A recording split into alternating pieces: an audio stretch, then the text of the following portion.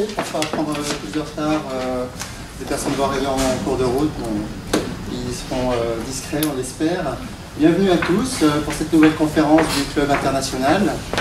Ce soir, nous avons décidé d'orienter la présentation sur le secteur du luxe et de la mode, au travers du thème donc, de la gestion des licences de marque, avec une présentation, une connotation des marchés internationaux que nos trois intervenants vont vous exposer par rapport à leur expérience personnelle. Donc nous avons à votre gauche Daniel Pouflet-Chamet. Bonsoir. Chacun va se présenter de façon un peu plus précise, bien sûr. Quand? Maintenant? On peut le faire, oui, maintenant. Non, vas-y, je présente. Alain Viard et Patricia Bossolet. Bonsoir. Daniel, un petit mot sur ton parcours. Oui, donc bonsoir, merci d'être avec nous ce soir, parce qu'il y a du foot en concurrence. Donc merci, et puis la météo est pas très sympathique non plus. Donc on va rendre cette soirée effectivement très violente. Moi, mon passé, il est à la fois commercial et marketing. Et toujours sévi dans le luxe pour des marques de parfums et produits de beauté. Donc Roger Gallet, Van Cleef & Arpels, Jean-Louis Chirotti et les 20 dernières années pour Chanel, où j'étais en charge successivement de la mise en place du trade marketing. Donc j'ai une sensibilité distribution client très prononcée. Et puis également, j'ai créé le marketing à l'export pour l'Europe. Donc tout ce qui était marché hors filiale et spécifiquement aussi sur le travel retail. Voilà, donc une marque qui en dit long sur le sujet. Voilà, je vais Merci. Alain Viard, j'ai une formation d'école de commerce et depuis une vingtaine d'années, j'ai construit mon parcours dans un secteur, un univers et deux métiers. Le secteur, c'est celui des accessoires de mode et plus particulièrement les chaussures et la maroquinerie et le chausson. L'univers, c'est celui des PME familiales françaises qui gèrent des marques premium. Et les deux métiers, c'est le business développement et la gestion de marques en licence. J'ai créé le réseau de vente de Longchamp en Europe et au Moyen-Orient dans les années 90. J'ai réorganisé ensuite celui de Stéphane Kenyan quand ce nom signifiait encore quelque chose en matière de création de souliers à Romans. Par la suite, j'ai rejoint Doré Doré, un fabricant de chaussettes et collants que vous connaissez sans doute sous la marque Dédé, qui était à Troyes. Et en rejoignant Doré Doré, j'ai négocié la licence Timberland au profit de Doré Doré dans la catégorie chaussettes hommes-femmes. Et enfin, c'est comme ça que j'ai rencontré Patricia Bossolet, qui vous en dira plus un peu plus tard. Voilà. En matière de licence, j'ai géré le portefeuille de Cacharel pendant 2 ans en externalisant certaines activités accessoires qui ne gagnaient pas suffisamment d'argent et qu'on a confié à des licenciés qui avaient mieux exploité que nous. J'ai renouvelé un certain nombre de licences parmi le portefeuille de Cacharel.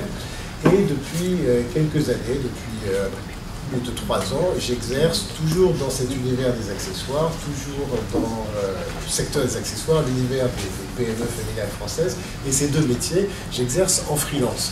En matière de licence, une de mes dernières réalisations a été de trouver un licencié en maillot de bain pour la marque Dim, que tout le monde connaît. Dim estimait que sa marque était légitime dans cette catégorie, mais ne voulait pas l'exploiter lui-même, et donc chercher à confier la gestion de la marque à un tiers spécialisé dans le maillot de bain, hommes et femmes. Voilà. Je suis sur une autre mission aujourd'hui. Je pensais qu'elle serait conclue fin avril et puis ce sera plutôt au mois de mai. Là, je suis mandaté, pour Dim, j'étais mandaté par la marque, donc par le concédant.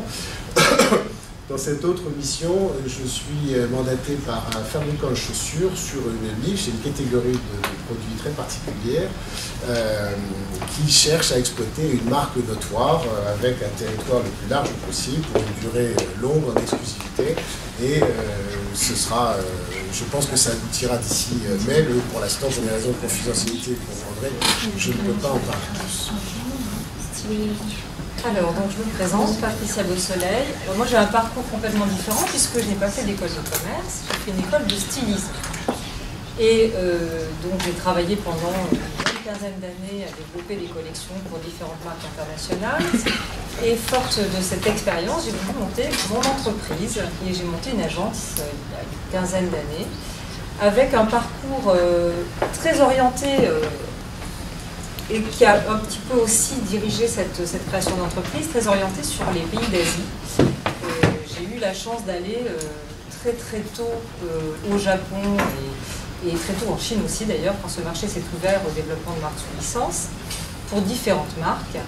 Et donc cette connaissance du marché asiatique m'a permis d'une part de développer des compétences bien particulières sur le développement de l'activité licence et de proposer des services en tant qu'interface entre licenceurs ou concédants et licenciés sur le support style qui, on pourrait imaginer que les concédants ont tous les outils en main pour développer des outils spécifiques et à destination des licenciés, ou inversement, les licenciés industriels ont des unités de création intégrées qui leur permettent de répondre aux demandes des licenceurs, mais ça n'est pas toujours le cas. Et donc on se positionne, pour une partie en tout cas des clients avec lesquels je travaille, sur cette activité d'interface style licenceur-licencié. Alors historiquement, je travaille depuis, j'ose à peine le dire, 27 ans pour le groupe Marie-Claire, groupe de presse, pour lequel j'ai développé toute la partie justement création d'une marque, puisque Marie-Claire c'est avant tout un magazine, hein, il n'y a pas de produit développé par le concédant, en tout cas pas de produit ni prêt-à-porter ni accessoires, on est uniquement sur un support presse. Donc j'ai développé, depuis l'origine du développement des licences de ce magazine, des outils spécifiques à destination d'industriels intéressés par le développement de cette marque. D'autres exemples, je travaille pour d'autres marques. Alors, on est plutôt là sur une base de produits moyenne gamme. On peut parler de marques comme Timberland, Morgan, Esprit. Des expériences aussi étonnantes dans le passé avec une marque comme Tara Jarmon, qui a essayé de se développer au milieu des années 90 sur le marché japonais notamment.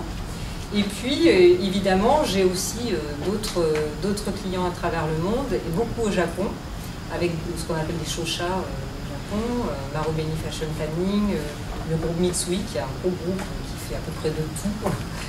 Voilà, donc pour ces sociétés-là, j'interviens plutôt en tant que consultante pour des référencements de marques plutôt européennes à destination du marché japonais, mais aussi pour les aider à travailler sur des collections avec une appréhension du marché européen, en tout cas une accessibilité au marché européen pour certains de leurs produits. Voilà. Et au-delà de ça, je ne vais pas être exhaustive sur les marques avec lesquelles on travaille, mais on est plutôt orienté sur des marques moyenne gamme. Ceci dit, on a aussi parfois des marques de luxe qui nous font travailler sur des développements de produits un petit peu hors de leur domaine général de développement, de création. On a un petit peu l'électron libre qui vient apporter une vision peut-être parfois un peu plus fraîche, un peu différente, audacieuse, moins encadrée en tout cas en termes de création. Voilà. Et au-delà de ça, je fais partie du comité français de la couleur, donc on travaille beaucoup, on est très sensible à ça et on essaie de représenter la créativité française par la couleur au niveau international.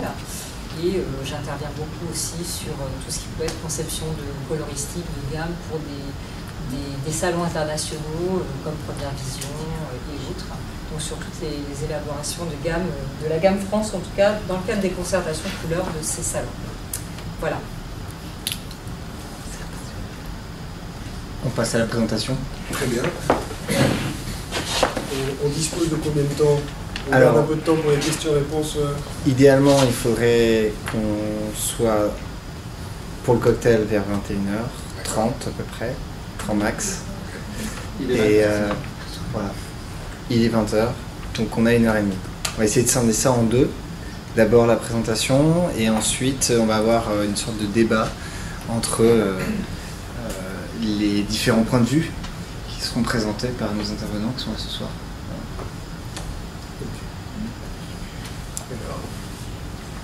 j'ai repris, lorsqu'on a préparé cette conférence avec Étienne et Nicolas, j'ai repris une présentation qu'a faite un de mes confrères que vous voyez en bas à gauche sur l'écran, qui s'appelle Stéphane Lacroix, qui c'était un de mes copains de prépa. Il a écrit son bouquin il y a 1 an et demi à peu près, et c'est juste un très bon condensé du sujet de ce soir. Voilà, je lui fais un peu de pub au passage, et en même temps, il m'a autorisé à utiliser ces slides. C'est pour ça que j'ai gardé le nom de sa société, et je vous les diffuserai. Je les diffuserai à Étienne et Nicolas qui pourront les faire suivre à ceux qui le souhaitent. Donc je ne prends pas les commandes du bouquin, j'ai aucun droit là-dessus. C'est mon exemplaire, et Stéphane me l'a dédicacé, mais vous pouvez le feuilleter à la fin. On le trouve évidemment dans toutes les bonnes librairies, notamment à la FNAC et sur Amazon. Une présentation tout à fait classique sur l'introduction, définition, opportunité et précaution. La définition juridique du licensing. La licence, c'est une autorisation. La licence, c'est une autorisation. On retrouve ça dans de nombreux cas. Le propriétaire de la marque, on l'appelle le concédant, et celui qui exploite la marque, c'est le licencié. On lui donne l'autorisation de co-concevoir et ou de produire et ou de distribuer des produits sous la marque. Voilà, de façon très simple, c'est ça. Et pour les juristes, j'ai précisé également, j'ai donné les références à l'article du Code de la propriété intellectuelle.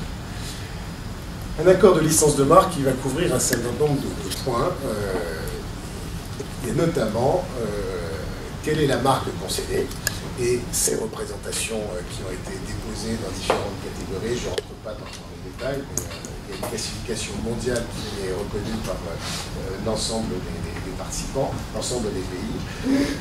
La marque, quel produit, sur quel territoire, pour quelle durée, pour quel montant de royalty, est-ce que c'est fixe, c'est variable, c'est un mélange des deux, il y a des minimums garantis, etc. Mais forcément, on parle d'argent. Et il y a un dernier point qui est le réseau de distribution. Parfois, c'est tout le réseau de distribution. Parfois, le contrat de licence précise que ce contrat n'est valable que pour des points de vente sélectifs. Et il y a même de nombreux contrats de licence qui vont jusqu'à exiger que le licencié fasse approuver au préalable chaque point de vente avant d'accepter une commande et avant même de la lancer en production.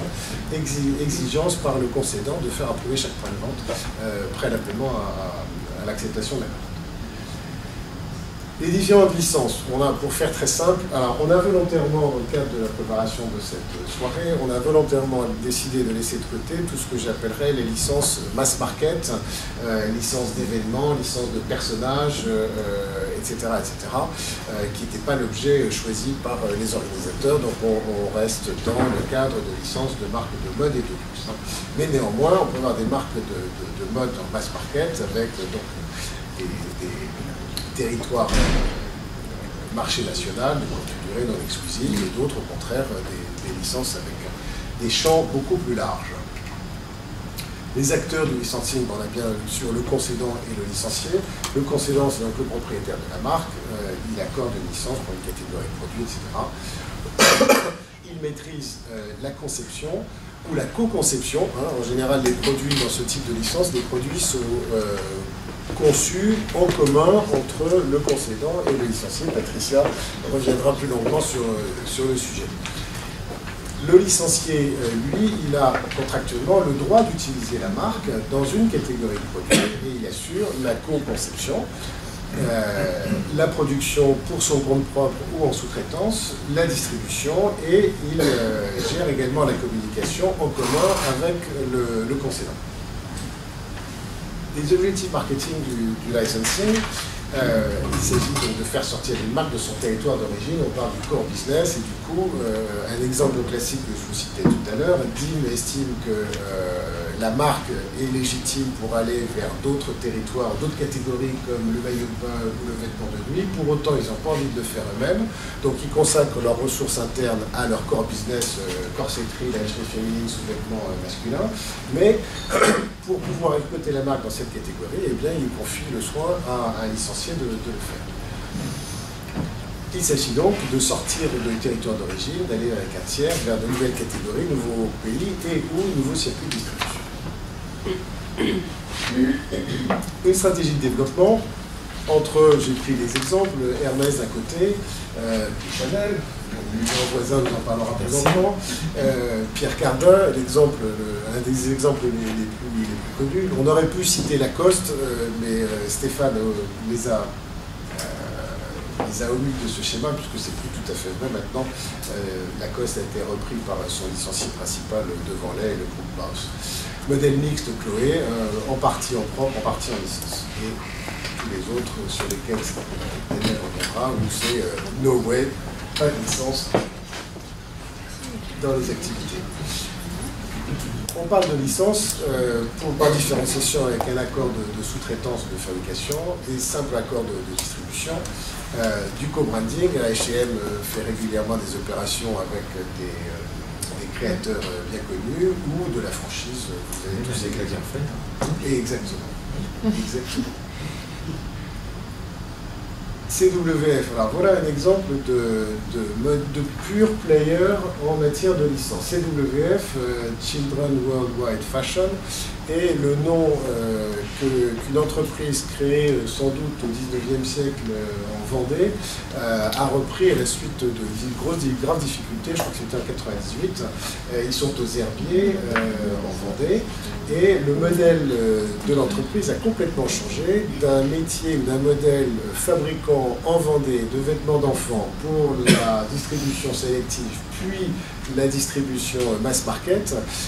Tout ça, ça a été balayé. L'actionnaire était un fonds de capital risque britannique à l'époque, je ne sais plus le nom, a fait intervenir quelques consultants qui ont préconisé un virage à 180 degrés. On restait bien sur le métier du vêtement d'enfant, mais on abandonnait complètement ou très rapidement les marques propres et on se consacrait à la gestion de marques premium ou de luxe, pour autant qu'elles l'acceptaient, sur la catégorie vêtements d'enfants. Et donc CWF aujourd'hui, ou jusqu'à l'année dernière, n'exploitait que des marques en licence. Ils ont créé leur marque propre qui s'appelle Billy Bloch, que Stéphane a rappelé en haut à droite sur les écrans, et toutes les autres marques sont des marques gérées en licence par CWF, y compris, il y a quand même quelques exceptions dans le domaine du luxe. Vous m'accorderez et considérez qu'une marque de luxe, et pourtant elle a accordé une licence en vêtements d'enfants à CWF. Chloé, l'exemple mixte auquel on faisait allusion tout à l'heure, avec le nom des principaux licenciés de la marque Chloé dans les différentes catégories illustrées avec les photos. Quelles sont les opportunités de licensing pour le concédant? Il s'agit d'une diversification produit. Un exemple dit on est pertinent, mais on n'a pas envie de le faire nous-mêmes. Le concédant externalise les risques et les coûts liés à cette diversification. Il profite de l'expérience du licencié. Il permet parfois une expansion géographique en allant dans des territoires sur lesquels lui, il n'a pas envie d'aller ou il ne peut pas aller alors que son licencié peut le faire. Et naturellement, il perçoit des royalties.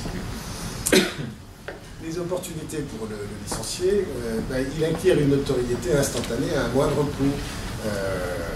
Il est clair que probablement très peu d'entre vous avaient entendu parler d'une société alsacienne spécialiste du maillot de bain qui s'appelle Bauer. Dès lors que cette société a pris la licence DIM dans la catégorie maillot de bain, il bénéficie immédiatement de la notoriété de DIM. Je crois qu'il y a un taux de reconnaissance de la marque DIM en spontané de l'ordre de 85 à 90%. Dès qu'ils acquièrent le droit de fabriquer et de vendre sous la marque DIM, c'est un avantage manifeste. Ça leur permet d'avoir un positionnement de prix plus élevé que leur propre production. Parfois, c'est une expansion internationale. Une marque propre a du mal à se vendre à l'étranger. Lorsqu'elle acquiert une licence, c'est un accélérateur, c'est un médium. Et enfin, Patricia complétera, elle bénéficie du style de la marque. Les risques du licensing pour le concédant, là je vais passer rapidement parce que Daniel reviendra plus longuement là-dessus. Les risques pour le licencié, eh bien, parfois on a affaire à des concédants, c'est parfois des rapports féodaux. C'est-à-dire que le concédant un propriétaire de la marque fait parfois un complexe de supériorité terrible, considère son licencié comme un vassal, et je pèse mes mots, on a parfois, je l'ai constaté, je l'ai vécu, des comportements féodaux entre le concédant et le licencié. j'ai pas osé mettre le mot caprice à la place d'exigence, mais certaines maisons de luxe ont effectivement des stylistes stars ou des créateurs que tout le monde a en tête, ont des comportements difficiles vis-à-vis de leur licencié. Lorsque le contrat de licence s'arrête, alors même que le licencié a parfaitement travaillé, s'il a mal géré, s'il a une capacité de production importante allouée à cette licence, ça lui cause un préjudice important. Je pense notamment à Gerbe, qui est une marque et un fabricant de collants, un des derniers en tout cas, il y en a un autre, mais c'est le dernier fabricant de collants à Mont-Soleil-Mines en Bourgogne. Et bien lorsque Dior a retiré la licence de sa marque à Gerbe dans la catégorie collant en 2003, 6 mois après, Gerbe déposait le bilan. L'entreprise est repartie, elle a trouvé de nouveaux investisseurs, un des fournisseurs a accepté d'en prendre le contrôle, mais ça a été dramatique. Et on pourrait citer encore de nombreux exemples pour illustrer ce risque bien réel du licencié. En conclusion, le licensing est un partenariat bien compris. Le président de Timberland, James Schwartz, avait une expression très particulière là-dessus. Il disait une licence qui marche bien, c'est une licence qui est cash and cachée. Donc c'est un partenariat bien compris pour l'un comme pour l'autre. Il y a des risques pour les deux parties et des opportunités pour l'un et l'autre. Il s'agit en fait de développer un partenariat très étroit entre chacun des deux partenaires pour qu'il y ait une activité mutuellement profitable. Voilà pourquoi je reste positif sur cet aspect des licences, mais je sais que Daniel partage pas tout à fait mon point de vue. Et je laisse développer le point de vue du précédent. Appuie sur le bouton là, c'est tout. Ah ben je laisse la main. Alors effectivement, donc, merci. On vous a pas tout dit. Tout n'est pas si beau. D'accord, regardez la place qu'ils m'ont donnée. Vous voyez d'où vous êtes, je suis à côté de la trappe électrique. Donc bon, je vais faire très attention à ce que je dis. Oui, donc très sérieusement, il n'y a pas de stratégie, à mon sens, je pense qu'on le partage tous ce point de vue, il n'y a pas de stratégie idéale. Ce qui est clair, c'est que il y a une stratégie qui est adaptée à votre projet et qui n'est pas. Donc voilà. Donc le but de ce soir, c'est en particulier d'avoir un maximum d'éclairage pour savoir quel choix on va faire en fonction de la vision de son entreprise, de ses objectifs. D'accord, je suis là. Donc j'ai fait une petite liste, mais il y a de celles, de risques que l'on court quand on est une marque réellement de luxe et pas une marque intermédiaire. Il y a vraiment des enjeux en termes d'implication d'achat de la part de ses clients finaux. Et là où quand on travaille dans le luxe, l'impératif, c'est vraiment d'atteindre, c'est d'atteindre l'excellence à tout niveau. Vraiment à tout niveau. Jamais décevoir ses clients et tous les partenaires avec lesquels on effectue son business. Donc, perdre d'identité de différenciation, c'est vraiment un enjeu dramatique. Quand on est une marque, justement, comme on a cité Hermès ou Chanel, des marques qu'on parle dans cette catégorie, on ne peut pas prendre ce risque. C'est pas possible. Déjà, quand on travaille sa marque en interne, on n'y arrivait déjà pas forcément. On voit des marques qui déclinent sur le plan de l'image et après donc du chiffre d'affaires. Donc c'est un risque qu'on ne peut pas sous-traiter. C'est pas possible. Dilution de l'image, état de cohérence, vous l'avez vu, c'est pareil. On ne peut pas non plus faire appel à son licencié si c'est pour être tout le temps derrière lui, à lui dire ce qu'il doit faire et comment il doit le faire. C'est pas jouable, c'est pas ça un contrat de licencié. Affaiblissement donc du contingent du equity, là c'est capital. Alors, ça pourrait faire une slide à lui tout seul, ce point. C'est clair que le business, je suis dur à filmer, hein. Ils vont pas comprendre, ils vont voir que je suis une voix off, hein. Si, je suis toujours là. J'ai plutôt travaillé dans les grands amphis, tu comprends ça. En même temps, je suis très sérieux. Hein. Donc, on sait bien que dans le luxe, puisque c'est vraiment de ce sujet-là dont je parle et dont on parle ce soir, dans le luxe, l'achat ne repose pas fondamentalement sur les critères objectifs. On est en plein dans le paradeuil, dans le subjectif, vous savez. Donc c'est vraiment un point capital. Si on tombe sur un licencié qui est hyper compréhensif et qui est très docile, franchement on perd son temps et là les équipes ne savent plus à qui elles doivent s'adresser. Il y a une double tête au niveau du management, ça va être très vite invivable. S'il est exclusif, pourquoi pas l'intégrer, comme font tous les grandes marques de luxe en intégration verticale. Voilà, donc on revient à la case départ. Et puis, là aussi, on ne maîtrise plus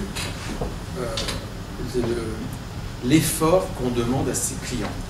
C'est clair que dans le business du luxe, les prix sont élevés pour plein de raisons et qui sont justes. Il y a une justification très forte à cela et ça fait partie de l'environnement du luxe. Les produits, le service très peu diffusés, on est à la limite de l'accessible et de l'inaccessible. Voilà, c'est deux exemples parmi plein d'autres qu'on appelle sacrifice client. Et donc, en contrepartie, on se doit d'apporter une qualité de produit, de service, de reconnaissance, etc. auprès de ses clients, de ses utilisateurs. Donc là, on ne manage plus du tout, à partir du moment où on fait appel à un licencié. Moi, je bouge moins. Reconnaissance client amoindrie, là aussi, on crée une distance. Et là, c'est vraiment invivable. Pour le client du luxe qui s'implique énormément dans l'acte d'achat d'un produit de ce marché, accentuer la distance avec tout ce que je viens de vous dire, c'est vraiment pas positif et c'est pas stratégique. Les stratégies commerciales et distribution, là aussi on n'est plus du tout synchronisé par rapport à la vision de la marque. On ne maîtrise plus, on est vraiment, on prend des risques qui sont de l'ordre, je pèse mes mots moi aussi, de l'insouciance. Voilà, deuxième et presque dernière slide. Aujourd'hui, en particulier, mais ce n'est pas exceptionnel, ça arrive fréquemment, le business n'est pas facile. Si on confie son business, si on confie sa marque à un tiers, il y a forcément un risque de facilité. Et le court terme, la facilité, la rentabilité immédiate, c'est complètement synonyme avec le domaine du luxe. Complètement à l'opposé de ce qu'on va faire. En plus, il y a un risque de copie. Alors, il y a des gens très bien dans la profession. Il y a des gens où la déontologie n'est pas forcément le fort. Donc il peut y avoir effectivement des développements qui ne sont pas vraiment capitalisés. Il peut y avoir plein de choses. Il peut y avoir aussi des développements de produits qui ne sont pas positionnés clairement et qui portent votre griffe. Et là, le positionnement devient très flou. Et là aussi, dans le domaine du luxe, la clarté du positionnement est clé. Aucun compromis sur l'image, aucun compromis sur la clarté du positionnement dans le domaine du luxe. Ici, je vous l'ai dit, le luxe, on est complètement dans le paradoxe et on est dans la créativité. C'est très difficile déjà en interne d'être performant, à gérer les limites, à gérer la bienséance, si je peux dire, et le désir avec tout ce qu'il y a derrière. On est vraiment borderline en permanence dans le domaine du luxe. On est constamment dans le paradoxe. Et là, demander à un tiers qui n'est pas tous les jours en train de baigner dans votre univers de marque, de savoir gérer des notions aussi difficiles à mesurer, qui demandent beaucoup d'intuition, d'inspiration et d'immersion, là aussi, c'est dur à atteindre. C'est aujourd'hui de cauchemar. La confidentialité, là aussi, on est complètement out en termes de confidentialité à partir du moment où on externise ce type de développement. La qualité, donc vous l'avez vu, doit être irréprochable. Alors j'ai mis ça, mais il n'y a pas que ça. C'est important parce qu'aujourd'hui ça fait partie aussi des atouts différenciateurs qui sont clés par définition dans le luxe.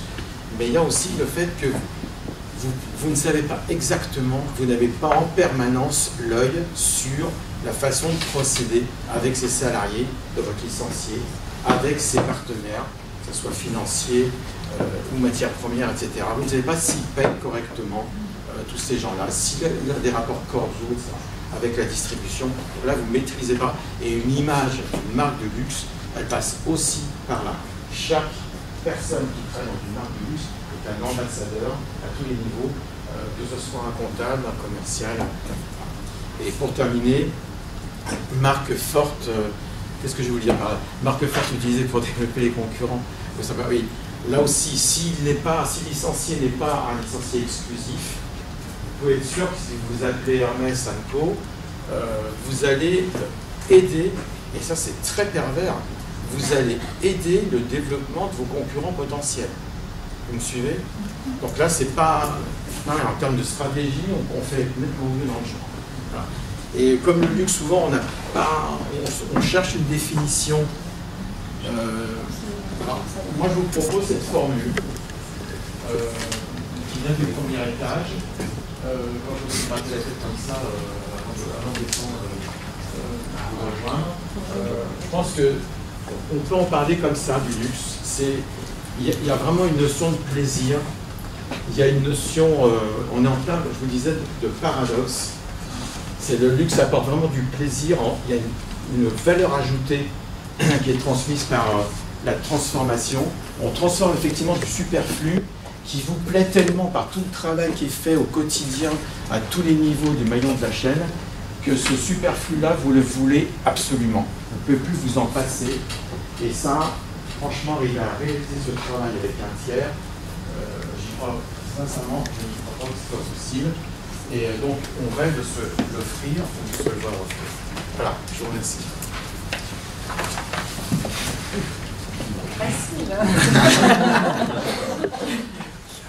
On poursuit un peu avec un mot sur la co-création, la co-conception. Alors, c'est compliqué de prendre de relais là. Merci, je pensais pas le plus. J'ai mis ça en même temps. Alors, en fait, la co-création, alors ça c'est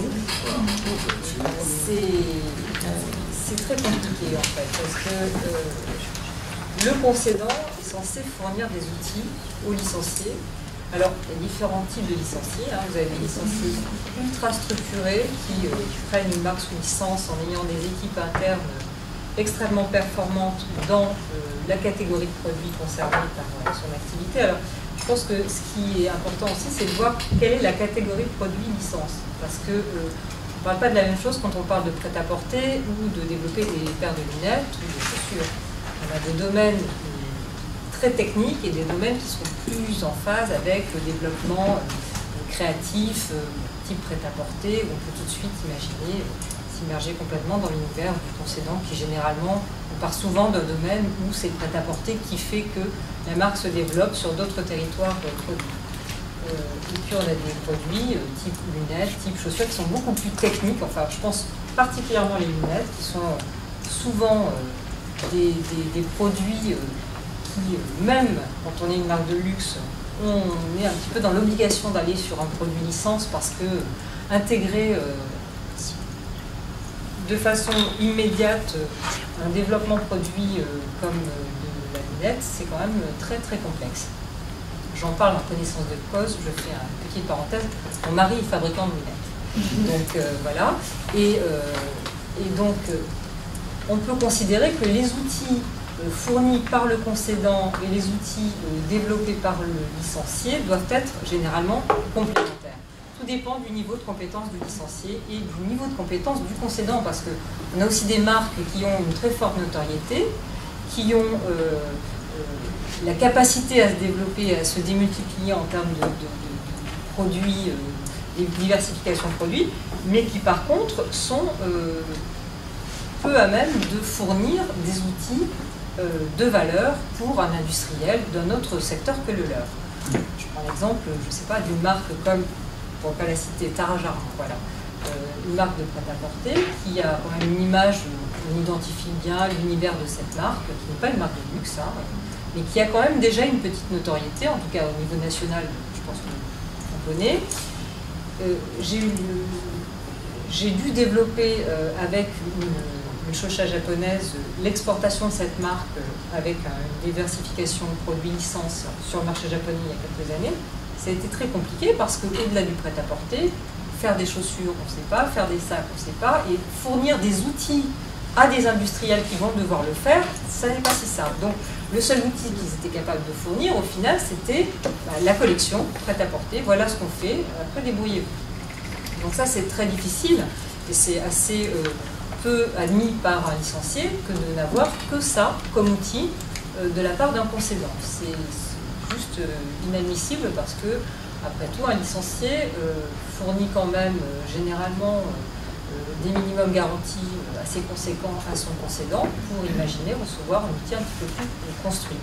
Donc, côté concédant, le minimum, c'est quand même de fournir des guidelines bien construits au niveau de ce qu'est la marque en termes de créativité, son positionnement style, ses valeurs esthétiques, ses codes signatures, comment les utiliser. Enfin, on n'est pas uniquement sur du branding, hein, c'est aussi tout ce qui tourne autour de la signature même du produit. Ça peut être, tout le monde connaît, du développement des monogrammes divers et variés des marques de luxe, mais au-delà de ça, ça peut être simplement des codes coloristiques, ça peut être, on pense, des rayures de Sonia Rykiel par exemple. Enfin, il y a plein d'autres exemples comme ça qui font qu'on peut donner vraiment un guideline esthétique. On peut aussi, et on doit aussi, on est censé aussi fournir une information actualisée, updatée chaque saison, avec quels sont les bons messages que la marque veut diffuser au niveau des collections, outre la collection développée en tant que concédant, mais sur les développements des produits dérivés.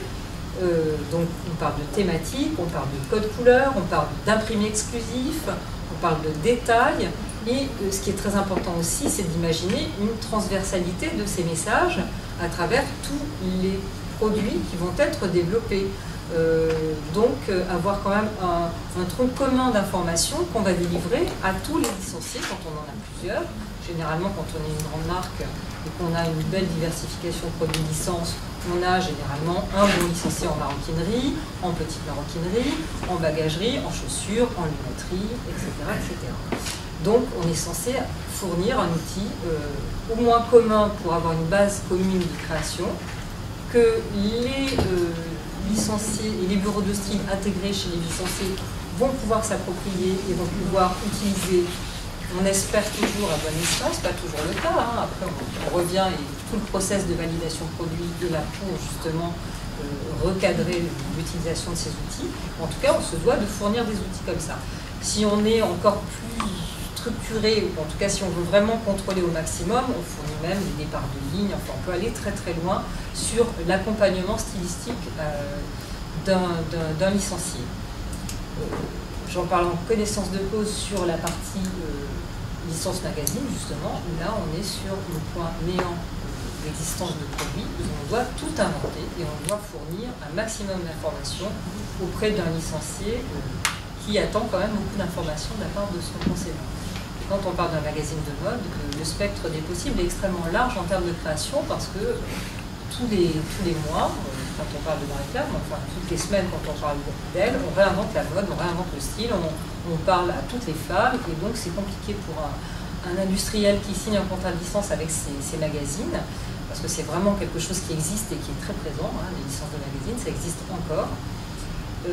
C'est difficile pour un licencié de trouver où se positionner si on ne lui fournit pas des outils très cadrés pour ce développement de produits sous licence de magazine. Côté licencié, on attend évidemment un savoir-faire spécifique par rapport au type de produit pour lequel on a signé le contrat. Donc un savoir-faire souvent très technique quand on va sur des accessoires ou de l'horlogerie ou de la joaillerie ou de la lunetterie, etc. Un savoir-faire aussi, évidemment, en termes de style, sur du prêt-à-porter et des accessoires textiles dérivés. Je parle de la mode, mais on parle aussi, on peut être aussi dans le domaine de la maison, enfin c'est vraiment tout produit confondu. Donc là, on espère et on attend une interprétation des codes visuels de la marque traduite sur, évidemment, les typologies de produits concernés par le contrat de licence. Et là, ça se complique souvent parce que on a plein de cas de figure. Alors, c'est un mariage forcé, hein, parce que généralement, l'équipe style du licencié et du concédant, ben voilà, c'est un mariage, on ne se connaît pas. Hein. Les parties, les hautes sphères qui ont décidé de ce contrat ont décidé d'un point de vue souvent très axé sur la distribution et la partie financière, la partie style, je peux le dire, on arrive en dernier lieu. Et souvent, on ramasse un petit peu les miettes, il faut construire quelque chose. Alors, on a des licenciés parfois d'excellente qualité, qui savent ce que c'est que le travail de licence et qui le font bien. Et puis, parfois, on a malheureusement des catastrophes. On le voit tout de suite, on le voit très vite. Il ne faut jamais imaginer qu'on va pouvoir améliorer les choses. C'est vraiment comme un mariage, en général. On voit très vite si ça fonctionne ou pas. Et au bout de 6 mois, on peut considérer qu'une fois une première saison faite, on voit le potentiel du licencié dans sa capacité de traduire d'un point de vue créatif, d'un point de vue produit fini, quelque chose en cohérence avec la marque. Si ça ne se fait pas la première saison et si on n'arrive pas déjà à trouver des points d'accord, difficile d'imaginer que ça va s'améliorer. Moi, je ne connais pas le cas où les choses se sont améliorées de façon à arriver à un point d'accord idéal. Voilà, donc après, c'est vraiment du cas par cas. Ce qui est très important, moi je considère, du point de vue concédant, c'est de rester accessible à son licencié, d'être d'abord à l'écoute de ses spécificités techniques en termes de produits, d'essayer de comprendre quelle est la capacité industrielle du licencié à traduire ce qu'on peut imaginer être l'ADN d'une marque. Parfois, ce n'est pas toujours évident. Et se mettre à la portée, évidemment. On est censé être le garant de l'identité de la marque, mais on est censé aussi, une fois que le contrat est signé, développer des produits. On ne peut pas dire non à tout. Donc après, c'est vraiment une question de bon équilibre des choses, d'essayer d'arriver à avoir un produit à la fois satisfaisant pour le concédant, mais à la fois vendeur pour le licencié. C'est toute une gymnastique, il faudrait des heures à... C'est très compliqué en fait, et c'est vraiment du cas par cas. Il faut imaginer vraiment se projeter dans la problématique aussi de l'industriel qui a signé ce contrat. Si on est simplement dans une posture de concédant, comme on parlait tout à l'heure, vous évoquez des problèmes, souvent des caprices, des créateurs qui considèrent que voilà, ça doit être noir et pas blanc, et peu importe le territoire, peu importe le produit, peu importe la faisabilité, on court évidemment à l'échec. Voilà. Et je pars du principe que quand on signe un contrat de licence, c'est qu'on est déjà dans une posture de communication avec une autre société qui est censée apporter un savoir-faire industriel. Si ça n'est pas le cas, effectivement, on reste dans une posture de luxe voilà, où on est censé tout contrôler, effectivement, à Hermès, seul et unique en son genre, quand même, on peut dire.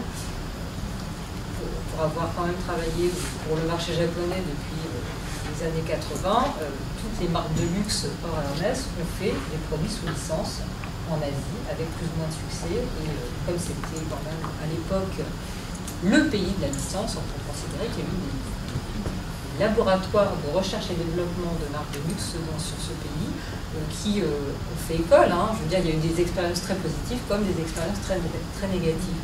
En termes de style, il y a des choses intéressantes qui en sont sorties, même pour les marques de luxe. Je considère que c'est difficile d'intégrer toutes les catégories de produits parce qu'il y a des savoir-faire qui est long à intégrer. Alors on peut le faire par étapes. Et souvent la partie licence peut parfois permettre une diversification de produits avec parfois de la réussite, hein. Souvent de la réussite. Hein. Je veux dire, il y a des marques qui font des produits sous licence et des qui font des produits sous licence plutôt réussis. Hein. Moi je le fais, mais tout dépend des territoires, des partenaires. Je pense que le plus important, c'est quand on signe un contrat de licence, c'est de tenir compte de la qualité du bureau de style chez le licencié. Ne pas tenir compte que de la capacité financière et distribution du licencié. Évidemment, je suis dans la partie création, donc je ne peux dire que ça. Voilà.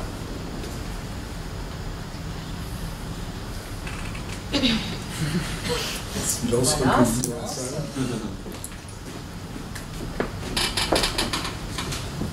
Il faut revenir sur tel ou tel aspect. On va peut-être passer à la partie questions. Si vous avez des questions, n'hésitez pas. Moi, j'ai une question pour Daniel Village-Panet concernant, concernant en fait votre position sur les licences. Pardon. Votre position, Oui. je ne sais pas si c'est l'exercice de style de ce soir, Mais la position de Chanel par rapport aux licences est pour l'instant plutôt assez ouverte, sachant, alors je sais qu'il y a des rumeurs, mais notamment le travail avec Luxottica, je ne comprends pas très bien en fait ce discours par rapport à l'existant. Oui, tout à fait. Donc c'est une question. Oui, je cherche à comprendre. Donc oui. Pourquoi est-ce que Chanel est avec Luxottica? Est-ce que Chanel a l'intention d'en sortir? Non, enfin, à ma connaissance, non. Et même si c'était la décision, je ne la trouverais pas très intelligente, avec tout ce que j'ai également défendu comme point de vue. C'est vrai que Chanel, merci d'avoir mis bien en exergue le domaine des lunettes. Alors d'abord déjà, c'est pas les lunettes, c'est vision, hein, parce que si on dit lunettes chez Chanel, on blasphème. On parle de Chanel Vision. Donc effectivement, c'est la différence quand Chanel s'est lancé dans le marché, donc vision, par rapport à la haute joaillerie ou l'horlogerie, qui aussi demande beaucoup d'expertise, hein, tout comme la lunetterie. La différence, c'est que en dehors de tout ce qui est lunettes, le marché, j'entends en termes de développement, est relativement, pour des activités de luxe très haut de gamme, morcelé. Alors que vraiment, les lunettes, il n'y a pas photo. Il y a quasi monopole mondial de Luxottica sur les lunettes, et ça serait vraiment s'enfermer dans des dogmes. Les conseils que je défendais tout à l'heure deviendraient des dogmes si on les appliquait aussi aux lunettes. Hein. On va dire que c'est l'exception à la règle. Il n'empêche que la condition de Chanel pour justement le fait de ne pas avoir recourir au licensing est complètement d'actualité. Je vous dis la preuve, c'est quand ils se sont lancés dans l'horlogerie ou la haute joaillerie, etc. Donc des domaines qui sont très différents de la machine à coudre. Hein. Ils ont hyper bien performé. En quelques années, ils étaient en top 5. Ils sont quasiment numéro 1 dans tout ce qu'ils attaquent. Hein. Voilà. Et les lunettes, c'est vrai que c'est vraiment Luxottica est vraiment le bon choix. Luxottica, il y a des accords. C'est une maison qui a une façon de travailler, même si c'est un très grand groupe mondial, avec une très forte déontologie. Donc je rejoins complètement ton point de vue sur le fait de bien choisir l'atmosphère, un peu comme un mariage. C'est vrai qu'on s'investit énormément avec la licenciée. Mais il y a aussi le fait que, comme je vous disais en intro, tout n'est pas tout beau, on n'est pas chez Disney. Et que même là, chez Luxottica, ils sont tellement quand même, malgré tout ce que je viens de vous dire, appuyés sur la pédale, que en un peu moins de 5 ans de ça, Chanel a impérativement exigé de Luxottica de diviser le nombre de points de vente en gros par 2, si ce n'est pas par 3. Ça a fait, ne vous étonnez pas s'il y a quelques années, peut-être encore aujourd'hui, votre opticien préféré ne vous dit pas du grand bien de Chanel. Hein.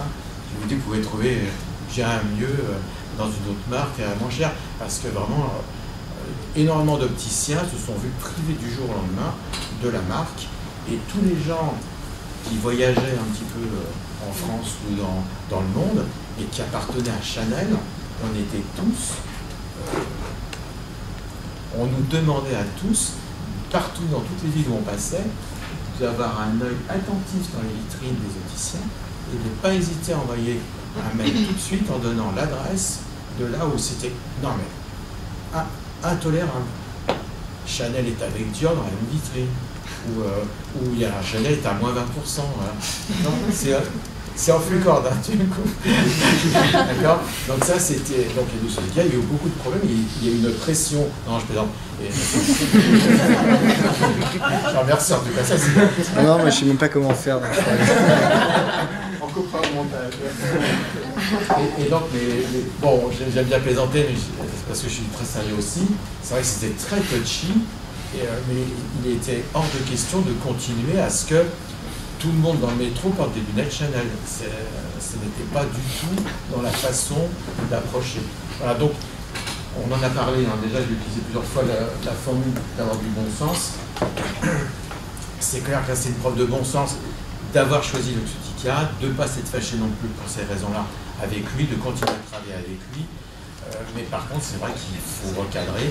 C'est vrai que c'est le produit, par exemple, le plus en vue et très abordable pour une grande marque de luxe. c'est vrai que c'est totalement de l'aberration si Chanel se mettait, même pour les lunettes de soleil, à vouloir les faire par lui-même. Ça serait aberrant. Mais c'est vrai que c'est l'exception. Ceci dit, ils ont réussi à intégrer les autres activités. Pourquoi pas. Ils ont réussi à faire de la joaillerie à haut niveau. Pardon ? Ils ont réussi à faire de la joaillerie à haut niveau, pourquoi pas Parce qu'il n'y a pas un monopole mondial. Donc là, ça valait le coup de tenter de se lancer, d'aller chercher les plus grands talents mondiaux en gémologie et autres, les meilleurs acheteurs, les personnes capables de travailler le mieux dans des différents domaines, donc horlogerie et haute joaillerie. Voilà, là il y avait vraiment de la compétition très forte. Vraiment, lutter contre l'exotica, c'est impossible. Et ne pas faire de lunettes non plus, même quand on s'appelle Chanel, sous prétexte que le licensing c'est vilain, c'est pas très intelligent. Ça va, je vous Moi j'ai une question qui touche aussi Chanel de près ou de loin, mais concernant les parfums. On a vu récemment Karl Lagerfeld qui lançait en son nom de fragrances, et là on est un peu dans le domaine aussi de l'idée licence, puisque c'est Interparfums, il me semble, qui a géré cette sous-traitance de parfums, qui a fait le jus et qui a géré tout le lancement. Et du coup, qu'est-ce que vous pensez de cette campagne? Est-ce que vous ne pensez pas que ça vient un peu toucher dans le domaine un peu négatif Chanel? Quelle est la position de Chanel vis-à-vis de ça? Chanel a travaillé pour H&M, on en a parlé tout à l'heure, il a travaillé pour Coca-Cola, il le fait... Pardon Lagerfeld, pardon. Merci. C'est vrai que... Et bon, Karl Lagerfeld, c'est une valeur ajoutée chez Chanel énorme, mais il ne fait pas partie du personnel. Il est complètement indépendant, il fait ce qu'il veut, il gère plusieurs marques en simultané, pas que la sienne. C'est quelqu'un qui a un potentiel extraordinaire, et c'est sûr que quand vous faites le bilan, c'est vite vu, hein, de ce qu'il apporte ou de ce qu'il coûte en termes de caprice ou autre. Voilà. Il est tellement bon communicant, il arrive tellement à mettre des cloisons très nettes entre sa marque, les autres marques et Chanel, que quand il parle au nom de Chanel, c'est clair, il engage vraiment la marque. Il fait partie des très rares personnes chez Chanel à avoir le droit de s'adresser en direct à la presse.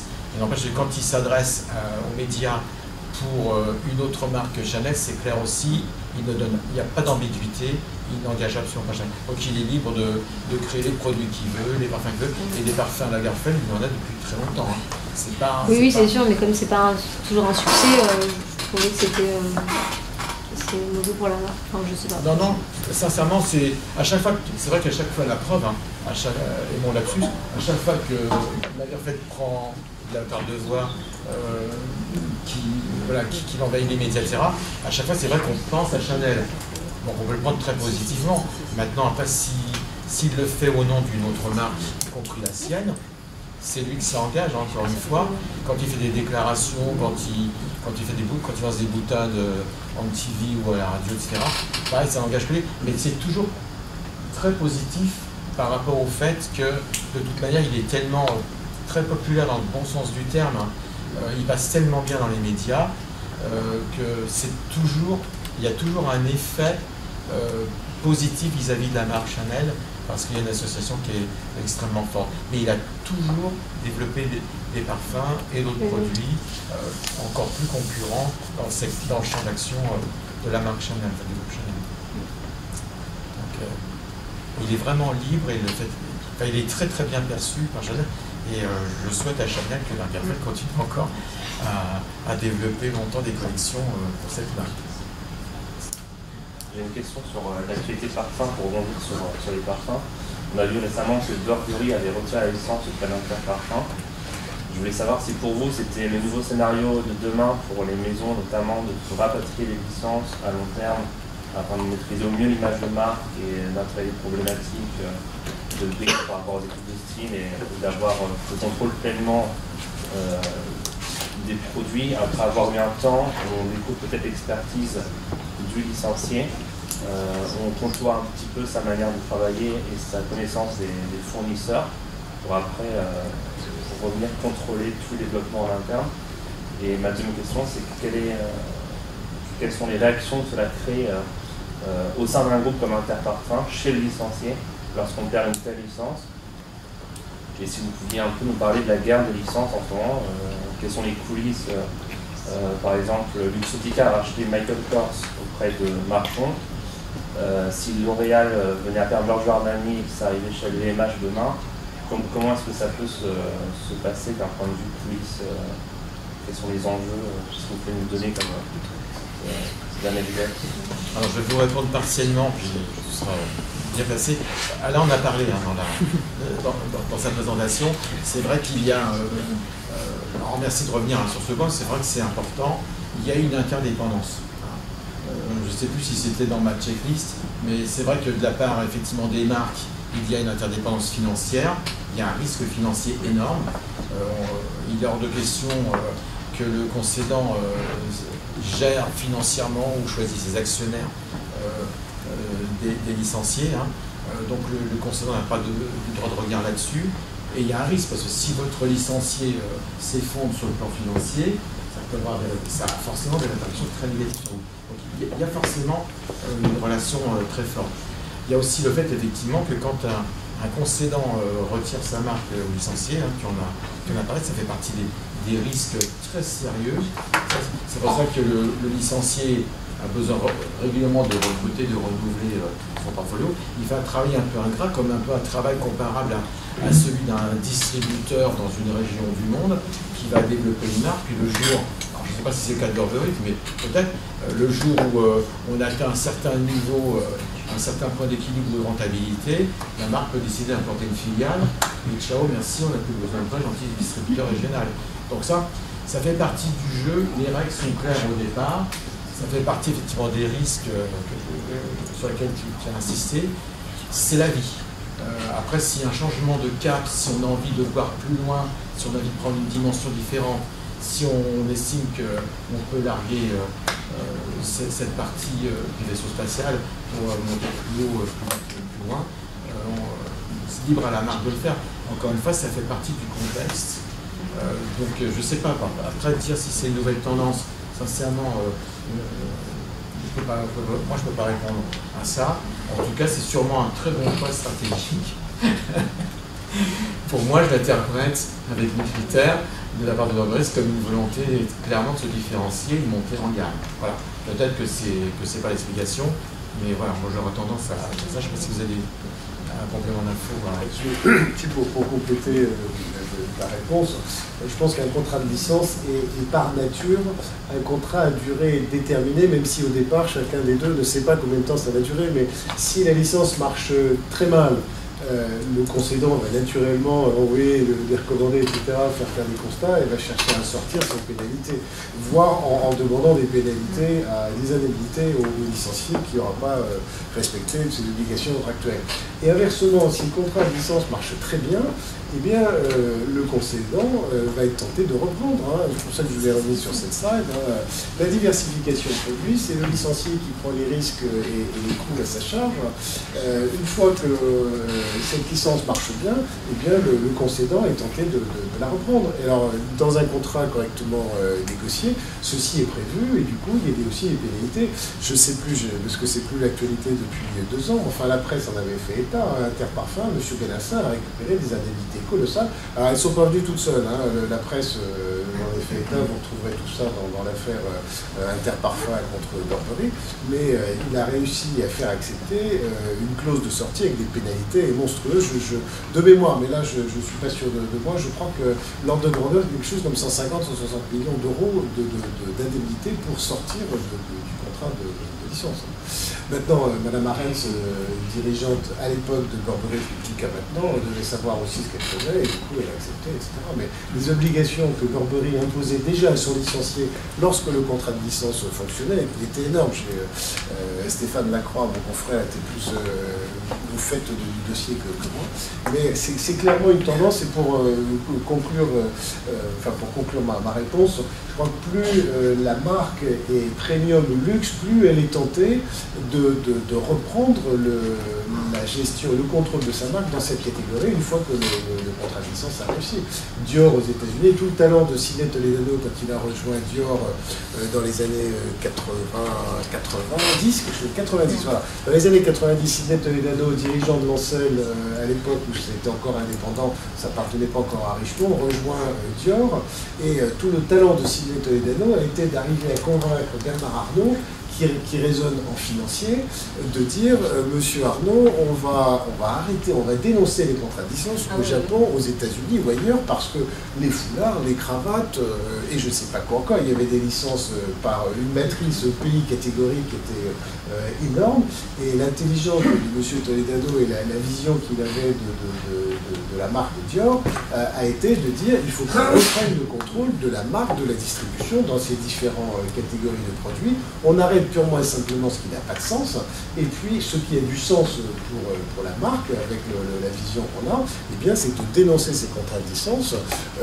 au terme prévu ou avant terme, et d'en subir les conséquences et de récupérer le contrôle. Mais ça signifiait immédiatement une perte de revenus, de royalties, des indemnités éventuelles, des provisions pour contentieux juridiques, etc. Je passe dans les détails, mais avec donc des revenus comme ça, et puis ensuite une reprise qui est celle que l'on connaît aujourd'hui, mais il a fallu beaucoup de talent de sa part pour arriver à convaincre Bernard Arnault de suivre ce raisonnement, de plonger avant de rebondir beaucoup plus haut et beaucoup plus loin.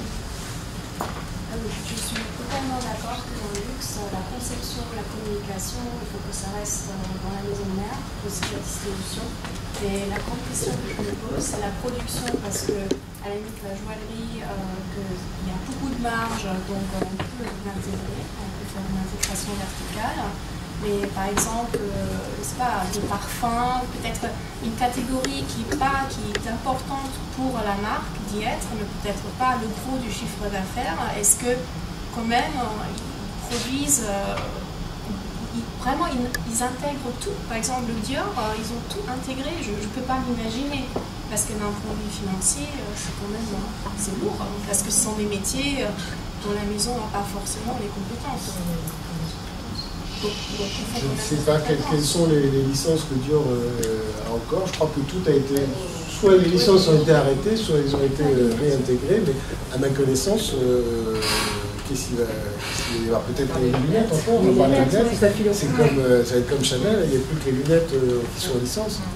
Par exemple, Hermès, ils sont vraiment les produits. Oui, Hermès, c'est vraiment c'est l'exemple intégration verticale, maîtrise totale de toute la chaîne de valeur. Oui. Si on fait, on maîtrise. Si on maîtrise pas, on fait. D'accord. Ok. Et si on pas peut dans pas tous les secteurs du luxe non plus, hein. Pas du haut, pas encore. Il faut encore des cravates, donc vous avez une colère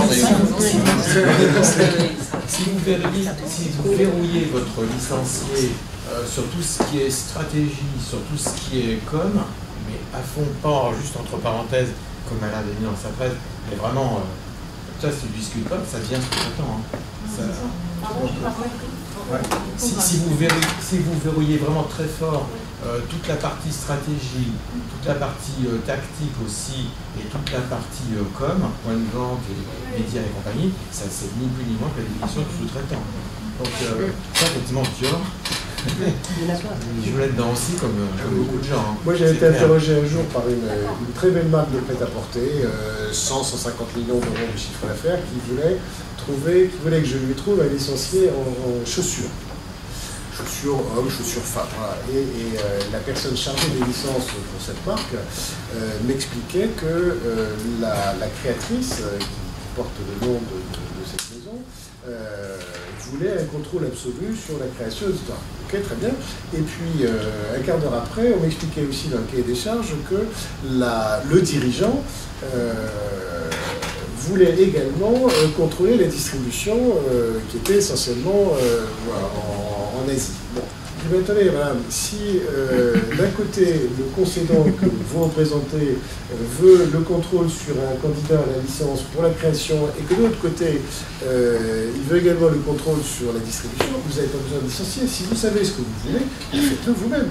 Mais ne me demandez pas d'aller vous chercher un licencié dans ces conditions-là, et encore moins de lui demander de s'engager et de se mettre la corde au cou sur des minima garanties, sur tout un tas d'obligations.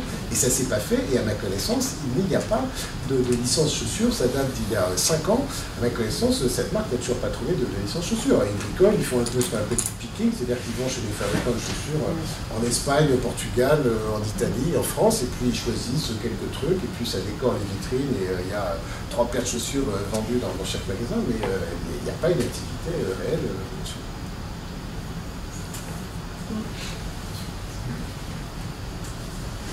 Oui, je voulais rebondir, vous parliez tout à l'heure de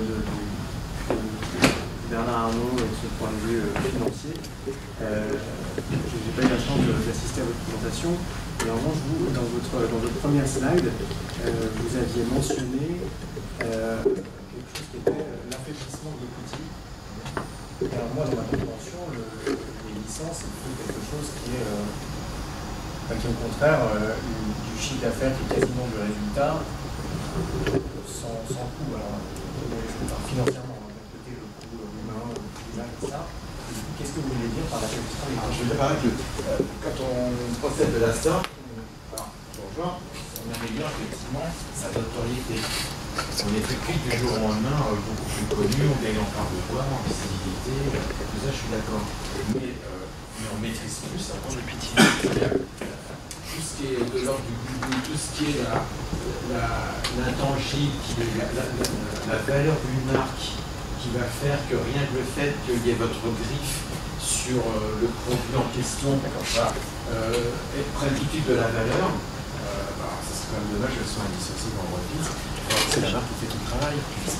Donc voilà ce que je voulais dire par l'affaiblissement de la marque des petits. C'est vrai que la marque va être beaucoup plus visible, mais effectivement, encore une fois, les très grandes marques du très haut de gamme du luxe, elles maîtrisent parfaitement l'accessibilité à leur marque. Pas être trop, il faut de la visibilité, il ne faut pas être en dehors du marché. C'est là encore une fois, paradoxal qui est vraiment très touchy. Mais en même temps, il faut entretenir la rareté, il faut vraiment donner la certitude à nos clients du secteur du luxe que tout le monde n'a mis à part ça. Donc le boulot pour pénétrer mon univers, vraiment c'est un sacré job, toi en tant qu'écrivain à fournir. Il faut vraiment que tu fasses du sacrifice pour entrer dans mon monde. Voilà. Je peux te dire qu'une fois que tu es dans la carte du club, de mon monde du luxe, là effectivement tu vas voir tout ce que moi en tant que marque du luxe je vais t'apporter. C'est la grande equity, ça arrive après. Effectivement, si on ne se perjure pas, si c'est pas du bluff, si c'est pas une stratégie one shot, si on est vraiment cohérent dans toute sa démarche qualitative au niveau d'excellence, vraiment à tous les niveaux comme ça, là la grande equity elle grimpe énormément. Mais encore une fois, ça ne se fait pas avec trop de visibilité. Il faut vraiment que la marque soit avec une accessibilité vraiment hyper maîtrisée. Et franchement, demander ça à un licencié, c'est lui demander de se tirer une balle dans le pied tous les matins. Un licencié et un concédant sont hyper complémentaires dans 90% des cas. Alors, je pense sincèrement dans le très haut de gamme du domaine du luxe, là franchement, non, on ne tire pas dans le même sens. Par contre, oui, c'est vrai que tout à l'heure, on mettait le doigt sur les risques. Ça fait partie du décor. Tu es licencié, tu sais que c'est un CDD. Hein. Ton job, c'est d'aider à prendre une certaine dimension financière, etc. Puis après, il se passera quoi.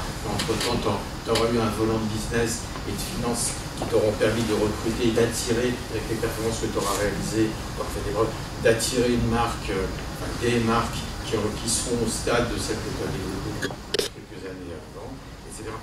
C'est un roulement. Voilà. Et je vous dis, c'est exactement le parallèle. Je me souviens chez Chanel Parfum, quand ça rigole aujourd'hui, quand on a annoncé aux distributeurs en Russie qu'on était très content de son travail, on félicitait, etc. Et il était radieux, etc. Ça tourne. Notre phrase, je veux dire qu'on prévoyait d'implanter notre filiale. Franchement, ça s'est pas très bien passé, quoi. Bon, ça fait partie des règles du jeu. Bon, là, c'est un exemple extrême, hein, parce que c'est pas vraiment les gens les plus tendres qu'on les rencontre à la distribution. Et voilà, bon, c'est vrai que sa réaction a été assez violente. mais bon, ça fait partie du décor. Et donc, il y a ce jeu-là, et pour les marques de luxe, c'est vrai qu'un licencié, il va avoir, naturellement, c'est dans ses gènes, et c'est normal, hein, il va avoir tendance à gagner la part de marché, d'autant plus que vous êtes une marque forte, il va rentrer comme dans du beurre, donc il va développer, c'est ce qui s'est passé un peu avec Luxottica, donc les talents qu'on divise par 2 ou 3 le nombre de temps, parce que là on est beaucoup trop vu. Et là on gère effectivement la moindre visibilité, mais l'écart qualitatif. Et une des règles fondamentales dans le domaine du luxe, c'est aucun compromis sur la qualité d'image. Donc ni en visibilité, ni en conditions commerciales, ni en réseau de distribution, ni en com. Bon, après, il y a des exceptions, il y a des gens très connus ici, comme la marque Boussa par exemple, il y a des rebelles de la place Vendôme, voilà. Donc, qui montrent qu'il y a toujours une exception à la règle, mais bon, voilà, c'est pas Boussa qui on pense quand on parle de marque de luxe très haut de gamme. Il a une stratégie qui est très propre à sa marque, Monsieur Lénard. Et il a bien réussi. Donc encore une fois, comme je vous disais dans mon intro, il n'y a pas de stratégie universelle, il n'y a pas de stratégie idéale. La stratégie de Chanel n'est pas meilleure que la stratégie de Cacharel ou d'une autre marque intermédiaire. C'est la meilleure stratégie pour Chanel, ça fait ses preuves tous les ans, depuis très longtemps. C'est sûrement pas la stratégie idéale de marque. C'est tout l'intérêt de la rencontre de ce soir, c'est de bien faire la part des choses, encore une fois, et de bien comprendre que il y a une stratégie pour chaque entreprise en fonction de vos visions, vos enjeux, du temps que vous vous êtes donné pour atteindre vos objectifs. Pour rebondir sur ton propos, je citais tout à l'heure Jeff Swartz, qui est l'ancien président de Timberland. Il est pour moi une licence qui réussit, quelle que soit la catégorie, c'est une licence qui est cash and caché. Autrement dit, il se posait constamment la question dans chaque catégorie de licence, est-ce que Samsonite qui exploitait la licence bagage, est-ce que Doré qui exploitait la toute petite licence chaussette, est-ce que telle société américaine de casser dedans, est-ce que c'est brand building? Évidemment que ça doit rapporter de l'argent cash and caché, mais également, est-ce que les équipes marketing qui gèrent le brand equity, mon capital marque, est-ce qu'il est valorisé par cette catégorie et ce licencié-là? Oui, non. Si c'est pas brand building, on arrête. Même si ça rapporte de l'argent, le brand equity, c'est fondamental. On tire un trait, on peut se passer des royalties là-dessus. Inversement, c'est brand building, effectivement, moi ça rapporte rien parce que les licenciés n'investissent pas suffisamment, ne se développent pas. Alors d'accord, ça fait de la presse, c'est bien dans les boutiques, etc., mais c'est pas suffisant. Donc c'est jugé vraiment sur ces deux axes, un cash, un caché, brand building et puis contributeur en royalties. Comme vous disiez tout à l'heure, le poste royalty, donc facturé dans le chiffre d'affaires, est égal à 99%, ça tombe dans le résultat de la dernière année. C'est pour ça que les financiers aussi valorisent très fortement les revenus de licence. Mais on oublie parfois dans cette analyse de porter également une évaluation sur le capital marque et la contribution au capital marque de chaque licence.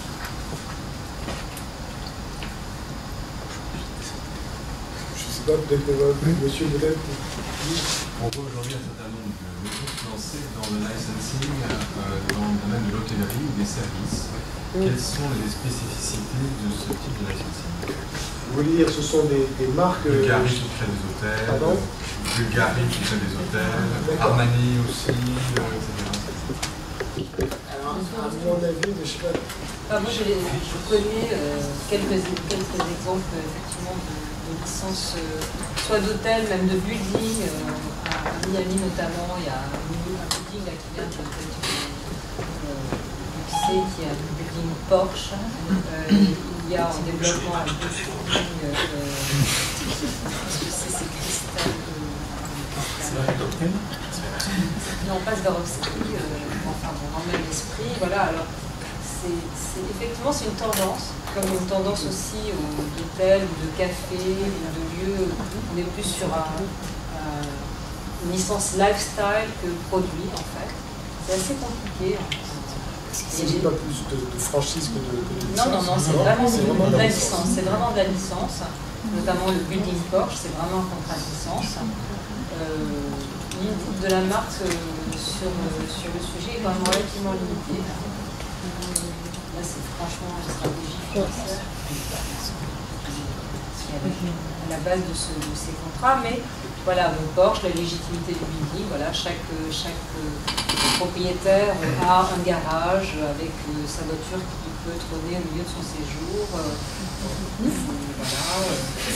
Et ça fonctionne, ça fonctionne.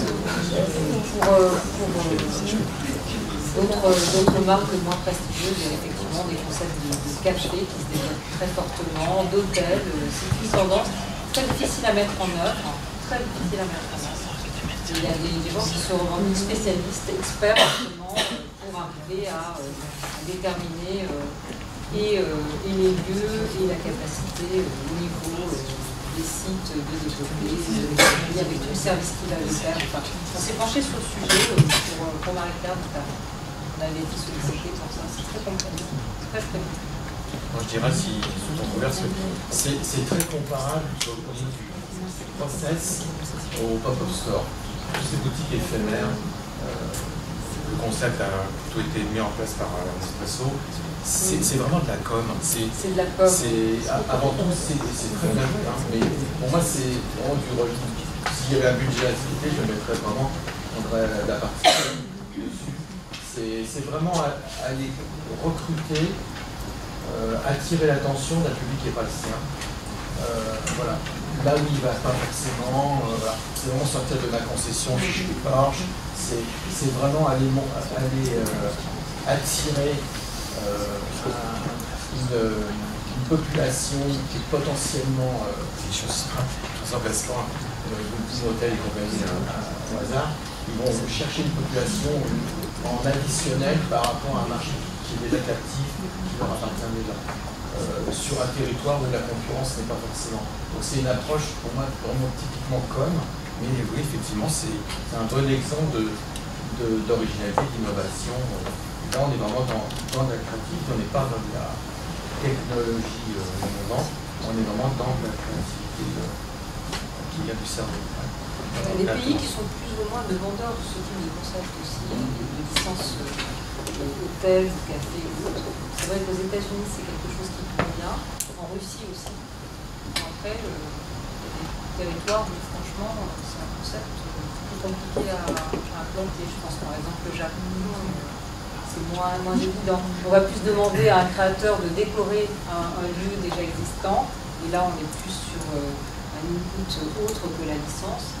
Et alors, ce qui est très difficile aussi, c'est dans la durée, parce que imaginez un contrat de licence sur l'hôtellerie, c'est quand même la limite dans le temps, là, elle est beaucoup plus compliquée à appliquer. Et un capital risque important à gérer, enfin, c'est vraiment...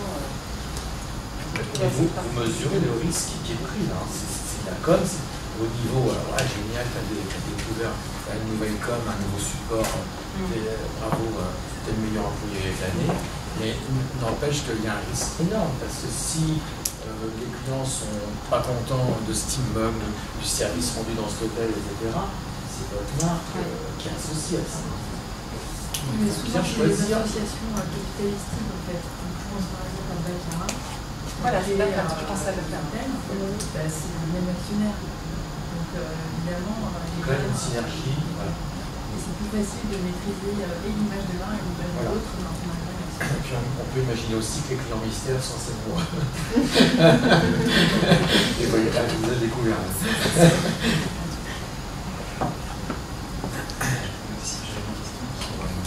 que vous avez des exemples de marques ou d'entreprises dans le secteur du luxe, par exemple, qui ont accédé tout de suite au licensing et de manière satisfaisante, ou alors ça a été un échec? Tout à l'heure, vous disiez que vous accompagnez une entreprise toute petite, des marques naissantes ou des PME.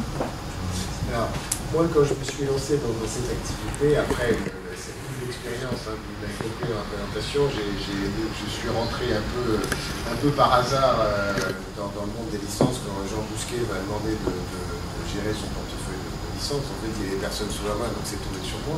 Mais après ça, j'ai contribué réellement à ça. Et le poste suivant, là encore, c'était les hasards du parcours professionnel, ont fait que je suis arrivé chez Doré Doré pour gérer pour conclure en fait des négociations qui avaient déjà été entamées entre Doré Doré et Timberland en vue d'un contrat de licence. Donc fort de l'expérience que j'avais acquis chez Cacharel juste avant, eh bien j'ai appliqué tout ça et puis on a conclu. Mais après, quand je me suis lancé dans ce business des licences, en cherchant, c'est pas ma seule activité, j'ai d'autres activités, mais sur cette activité-là, soit j'ai un mandat du concédant, soit j'ai un mandat du licencié, il fallait que je sois un peu plus créatif, puisque vous avez soit des agences qui se sont déjà, j'ai des confrères qui se sont déjà spécialisés là-dedans. Stéphane Lacroix, lui, avait déjà son activité en tant que freelance, mais vous avez des bureaux, des agences qui sont spécialisées dans l'intermédiation entre concédants et licenciés. Vous avez aussi dans chaque catégorie, vous avez des licenciés évidents. Aujourd'hui, une marque de mode plutôt mass market, elle a envie de faire une licence en chaussures, elle va s'adresser à Royer. En France, c'est incontournable. Le groupe Royer à Fougères, en Bretagne, a géré je ne sais combien de dizaines de marques en licence. Dans le passé, je ne dis pas qu'ils en ont plusieurs dizaines à gérer aujourd'hui, mais je suis sûr qu'il y en a déjà un sacré paquet. Et sur l'histoire du groupe, ils ont géré énormément de marques, avec plus ou moins de succès. Et ça, c'est un autre débat. Voilà. Donc aujourd'hui, quand quelqu'un me dit je voudrais me développer en licence, je me demande immédiatement s'ils sont allés voir Royer et non, je dis allez voir Royer, si ça vous convient, tant mieux, mais moi je ne perds pas de temps là-dessus. Il y a une autre entreprise notoire dans la chaussure qui est le groupe JB Martin. Il se trouve qu'il est aussi à Fougères et JB Martin a géré les Kenzo en licence femme. C'est terminé, par contre il continue à gérer la licence Kenzo en homme. Voilà, et c'est étonnant parce que ça survit. Kenzo, comme vous savez bien sûr, appartient à LVMH.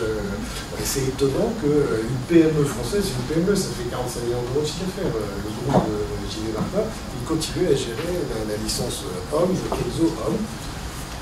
Et ça date d'il y a 15 ou 20 ans. Le contrat a été renouvelé plusieurs fois. Typiquement, c'est des contrats de 50 ans. Donc, quand je me suis lancé dans cette activité, il fallait que je sache comment identifier des PME qui n'étaient pas sur les listes évidentes déjà des licences pour aller les convaincre de s'intéresser à une licence. C'est exactement ce qui s'est passé pour DIM, lorsque DIM m'a confié ce mandat. Et j'ai vu plusieurs PME dans le domaine du maillot de bain, j'en ai vu d'autres aussi dans le domaine du vêtement de nuit, et la plupart d'entre elles savaient à peine en quoi consistait un contrat de licence. Ils n'en savaient pas 10% de business que je vais porter ce soir. Ils en avaient entendu parler. Heureusement pour moi, ils avaient une opinion neutre. Il aurait pu avoir quelqu'un qui sorte le bazooka immédiatement en disant sortez immédiatement, je ne veux plus en entendre parler, parce qu'il y a eu des choses terribles des deux côtés. Voilà. Aujourd'hui, cette entreprise Bauer en Alsace, là, je peux vous en parler puisque vous avez un article dans le revue textile en janvier, eux ils sont très contents, ils avaient quelques idées sur les licences, mais ils n'en exploitaient pas. Et pour eux, c'est la première fois qu'ils exploitent les licences de marques aussi notoires que dit dans la catégorie. Et moi, pour l'instant, ça se passe bien. Mais je pourrais vraiment répondre à la question que dans un an ou deux, voire dans 3 ans, quand le contrat arrivera à échéance et que les deux parties se rapprocheront pour les renouveler. Alors l'autre dont je ne peux pas vous parler ce soir, c'est encore plus typique de ça. C'est une marque de luxe à laquelle mon client m'a demandé, de nous rapprocher pour exploiter le droit d'utilisation. Dès que ce sera public, je communiquerai. Et là, vous comprendrez qu'effectivement, c'est une PME. Mon client est une PME qui fait moins de 10 millions d'euros de chiffre d'affaires. Donc on est vraiment dans la TPE, moins de 10 millions dans la TPE. Elle n'a jamais exploité de marque en licence. Elle a des marques, une ou deux marques de tranche qui vivotent. Et arriver à conclure ce contrat de licence avec une organisation mondialement connue, pour elle, c'est juste le rêve. Donc ça, là encore, il est évidemment trop tôt pour parler pour vous en dire plus, mais surtout, il faudra attendre 5 ans, la période initiale qui va de 2015 à 2019, les années, pour savoir si ce contrat est renouvelé. Alors là, effectivement, ce sera un très bel exemple de réussite entre une marque notoire et puis une TPE avec des spécialisés sur le métier. Les PME à Tours, j'ai travaillé dans le nombre des grandes marques du groupe L'Oréal, pour Team aussi, etc. dans tout ce qui est sous-vêtements anti-intelligents. Et ça se passe très très bien, il y a une expansion phénoménale. Vous voulez savoir qui est-ce? Je crois savoir. Je veux savoir ce que c'est qu'un sous-vêtement intelligent. C'est la matière qui est intelligente. C'est une matière intelligente. Ça rend intelligent. Qu'est-ce qu'il fait? C'est ce qu'il comprend tout. La matière intelligente. Cosméto-textile. C'est la micro-encapsulation dans le textile. Par expérience, en connaissance de cause, c'est ça ta forme? Connaissance de cause. Pour rebondir sur le contrat de licence, vous parlez du coup du contrat en lui-même. J'avais une question sur le taux des royalties. On observe par exemple dans le domaine des parfums que les taux sont 10% à peu près, ou plus bas ou plus haut. Pourquoi est-ce que les taux sont aussi bas quand les marques sont aussi fortes? Est-ce qu'il y a vraiment des exceptions? J'avais une question après sur la signature des contrats de licence. Combien de temps ça prend? Vu qu'elle est un spécialiste du débauchage des marques, comment est-ce que ça se passe? Voilà. Enfin, sans trop livrer par rapport à la confidentialité à laquelle vous êtes obligé, bien sûr. Bah, sur les taux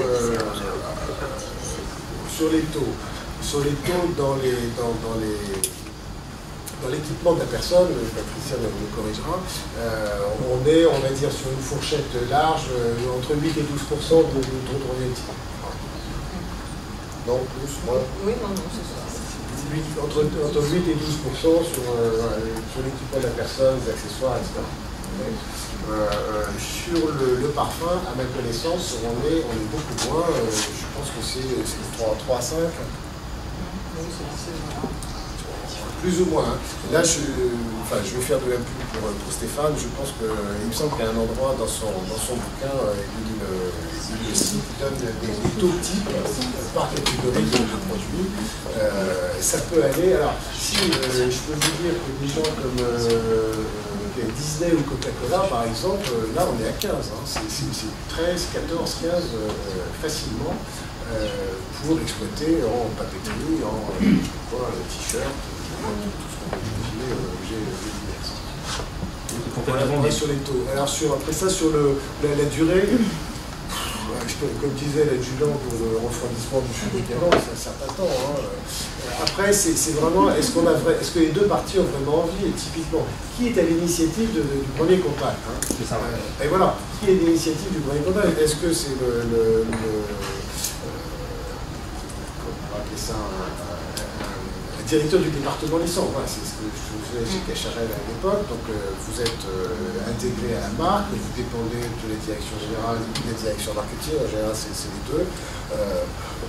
Et puis on vous dit il faut absolument se développer dans telle et telle catégorie, donc trouvez-nous des licenciés support. Ou bien c'est la PME elle-même qui dit j'ai un portefeuille de marques, marque propre, marque en licence, mais je voudrais compléter ma matrice parce que dans telle distribution, dans telle catégorie, tel positionnement, j'ai un espace vacant, donc j'aimerais bien trouver quelqu'un. Alors on fait la liste des marques à chercher et puis on les approche les unes après les autres pour voir un petit peu ce qu'il y a. Donc là, il y a tous les cas de figure sur qui est l'initiative, avec quel objectif, avec quelle pression. Mais je peux vous dire qu'à partir du moment où les deux parties se sont rapprochées, quel que soit celui qui est l'initiative, les choses peuvent aller très vite. Pour une catégorie, en 3 mois, voilà, j'ai signé mon mandat en janvier 2013. En mars, en février, on présentait un premier candidat à la licence qui était tellement intéressé par DIM qu'ils ont fait un business plan. En 15 jours, ils ont fait un business plan et qui a été accepté dès le début. Parce que les taux, on savait quels étaient les taux, donc on était dans ce terrain. Tout ce que on ne savait pas, moi, de DIM, c'est à combien ils allaient mettre leurs objectifs de chiffre d'affaires et quel était le minimum garanti sur lequel ils étaient prêts à s'engager. Un licencié va dire je vais faire 3 millions la première année, 5 la deuxième, 10 la troisième. Vous vous engagez sur quel pourcentage? 50%. Ah, 50%, c'est pas beaucoup. vous brassez un peu trop. On préférait quelqu'un qui lui dise raisonnablement je vais faire tant et qui derrière s'engage en disant je vais avoir 20-25% d'aléas. Ça c'est à peu près crédible. Et inversement, quand on lui dit et si ça marche bien, votre capacité de production vous permet d'aller jusqu'où. Là encore, quelqu'un qui lui dit moi je suis au taquet, je ne pourrais pas faire 10% de plus là-dessus, bah, vous êtes un peu limité, donc il faudra trouver de la sous-traitance, il faudra trouver quelque chose. Donc ça peut être 3-4 mois, mais raisonnablement, on commence par se renifler un peu, savoir si... Il y a beaucoup d'intuitu personnel. Il y a évidemment les facteurs, il y a énormément d'intuitu personnel, justement parce que le brin d'equity, la qualité de collaboration potentielle entre les équipes produits du licencié et puis les équipes marketing du concédant, tout ça, il faut qu'ils aient envie de travailler ensemble. Et s'il n'y a pas d'intuitu personnel, il y a des passerelles qui ne se créent pas, ça peut être bloquant et du coup, d'un côté comme de l'autre, on peut décider finalement de pas aller plus loin. Il y a ça, et puis en parallèle, il y a effectivement le business plan, qu'est-ce que vous proposez, quel est l'univers produit, la distribution, etc., etc. Mais un minimum incompressible peut me paraître de quelques mois. 3-4 mois, à mon avis, c'est illusoire de chercher la vie. Maintenant, après, ça peut traîner aussi, parce que les uns et les deux sont pas les mêmes. Si le projet n'est pas stratégique pour les deux parties, et ben, chacun impose son rythme. Voilà, dans le cas de Dean avec le maillot de bain, franchement, j'avais pas énormément de candidats possibles.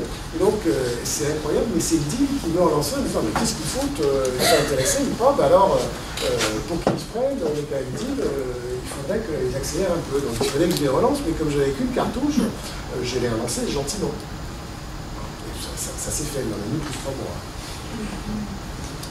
J'ai une dernière question. Tout à l'heure, vous nous avez parlé, Patricia, de les licences au Japon qui, il y a quelques années, étaient très pullulées auprès de toutes les marques, a priori. Est-ce que c'est quelque chose qu'on voit encore aujourd'hui? Est-ce que, justement, est-ce qu'il y a une disparité géographique par rapport à cette souscription aux licences? Ou est-ce que c'est assez uniforme ou disparate? Non, il y a des territoires, je trouve, où le concept de licence prend mieux que d'autres. Alors c'est vrai que le Japon, je pense que ça a vraiment été le pays de la licence. Alors c'est certainement encore d'ailleurs, parce que c'est quand même un historique fort et on n'annule pas tout ça même en 15 ans, ou même après des explosions de bulles et autres. Et c'est vrai que les années, on va dire, entre 85 et 95 ont été l'âge d'or des licences au Japon.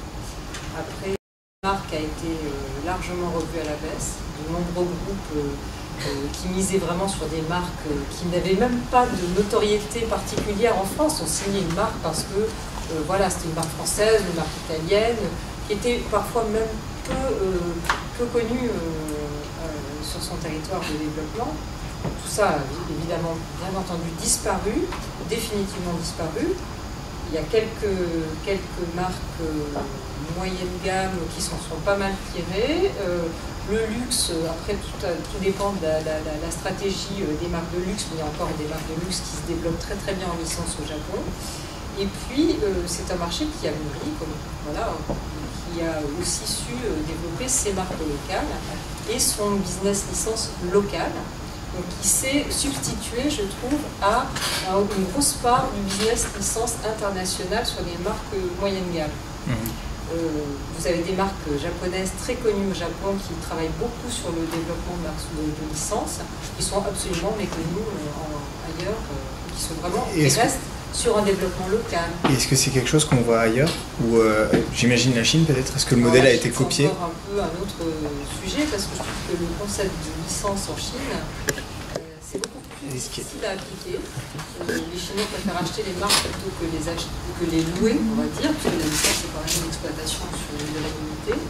Et souvent d'ailleurs on constate que les durées de contrat de licence demandées par les licenciés chinois n'hésitent pas à demander des contrats sur 10 ans, les Chinois, parce qu'ils partent du principe qu'investir sur 3 ans ou 5 ans pour une marque, c'est un peu court, ils ont besoin d'être sécurisés et c'est très très compliqué je pense qu'on n'aura pas le même succès sur le développement licence en Chine qu'on l'a eu au Japon.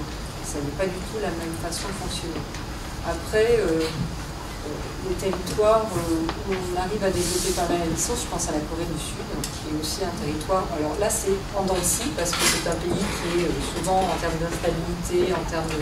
C'est plus complexe d'être sur la fiabilité que le marché japonais a pu apporter, en tout cas dans les relations licencieur-licencié, on était quand même très sécurisé. C'est moins le cas sur la Corée, mais c'est un pays qui appréhende bien le concept de licence. Puis après, sur le territoire européen, je trouve que les Anglais sont très enclins à développer des business licences. Après, voilà, c'est une expérience, c'est mon expérience. Je ne sais pas si vous la partagez par rapport à ces spécificités territoriales, mais... Le Japon me semble... au Japon, le phénomène licence, il est particulièrement important, il a été particulièrement important parce qu'il y a deux facteurs. Vous avez d'une part... les droits de douane, c'est un marché très protectionniste au Japon, et en particulier dans l'équipement de la personne. Et pour le vêtement, je ne sais pas, mais pour la chaussure, les droits de douane sont élevés et il y a également un système de quotas. Donc quand vous avez votre quota, vous payez les droits de douane, mais quand vous n'avez pas le quota, vous devez encore racheter des droits à une société locale qui, elle, a le quota. Ce qui fait qu'en clair, un même produit importé au Japon va coûter peut-être 2 fois plus cher qu'en France. Voilà.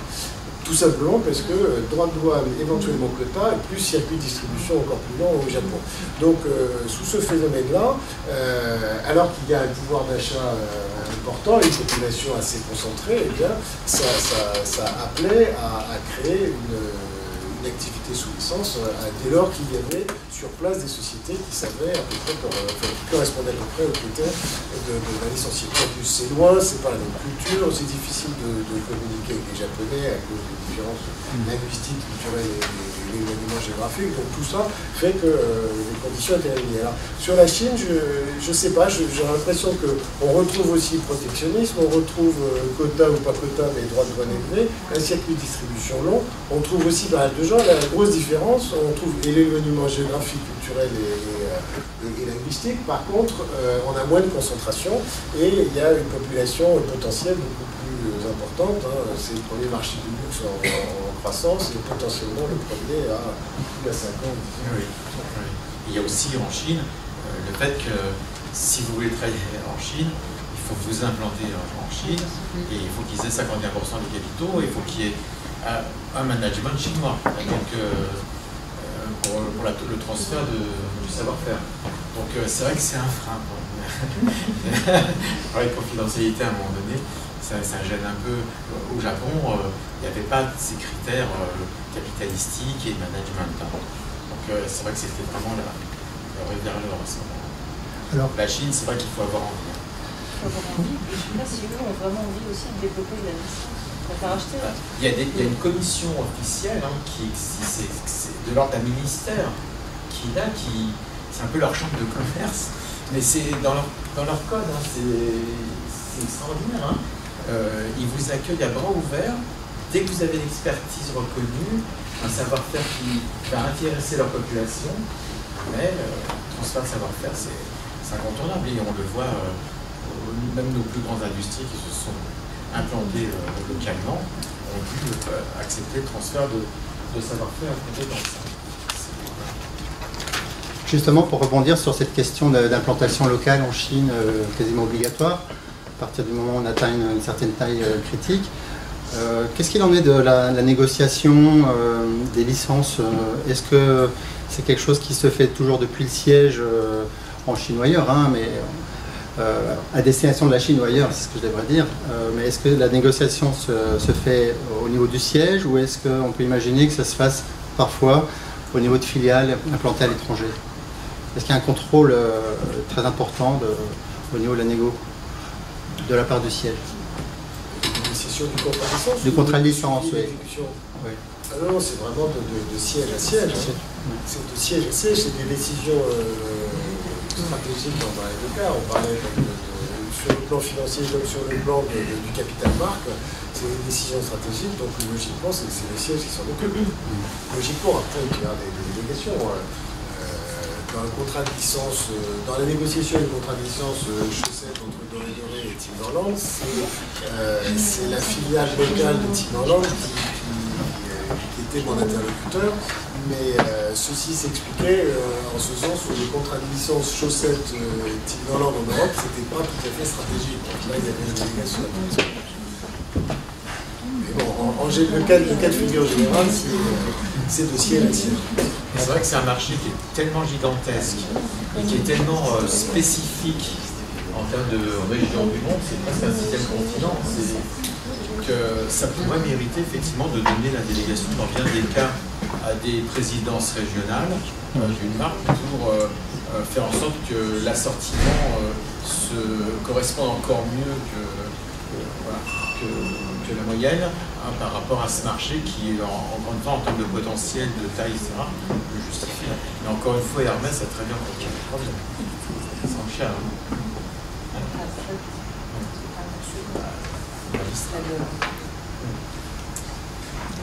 Est-ce qu'il y a encore des questions?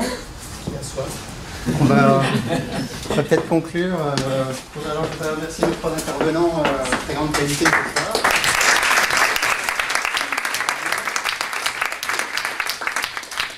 Et notamment pour le cas, par exemple, de Daniel qui a bien voulu participer pour le compte d'une marque se refusant à cette démarche, puisque nos contacts ont été assez difficiles pour trouver un intervenant pour défendre cette position chez Hermès en l'occurrence, on a déjà parlé. Je tiens à remercier au nom de mes camarades aussi le club marketing et le club luxe qui ont contribué à diffuser cet événement, à vous faire participer. Et si vous pouviez nous remplir une petite fiche qu'on vous a remise à l'entrée, ça nous aiderait pour cadrer nos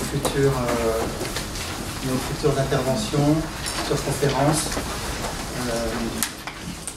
La prochaine animation du club n'a rien à voir, c'est une rencontre networking qui se passera dans le 11e arrondissement, Café d'Industrie, le 13 mai. Donc, info en fin de journée, on a l'habitude de réaliser au niveau du club international. Et en attendant ce pot-là, ici. Voilà, merci.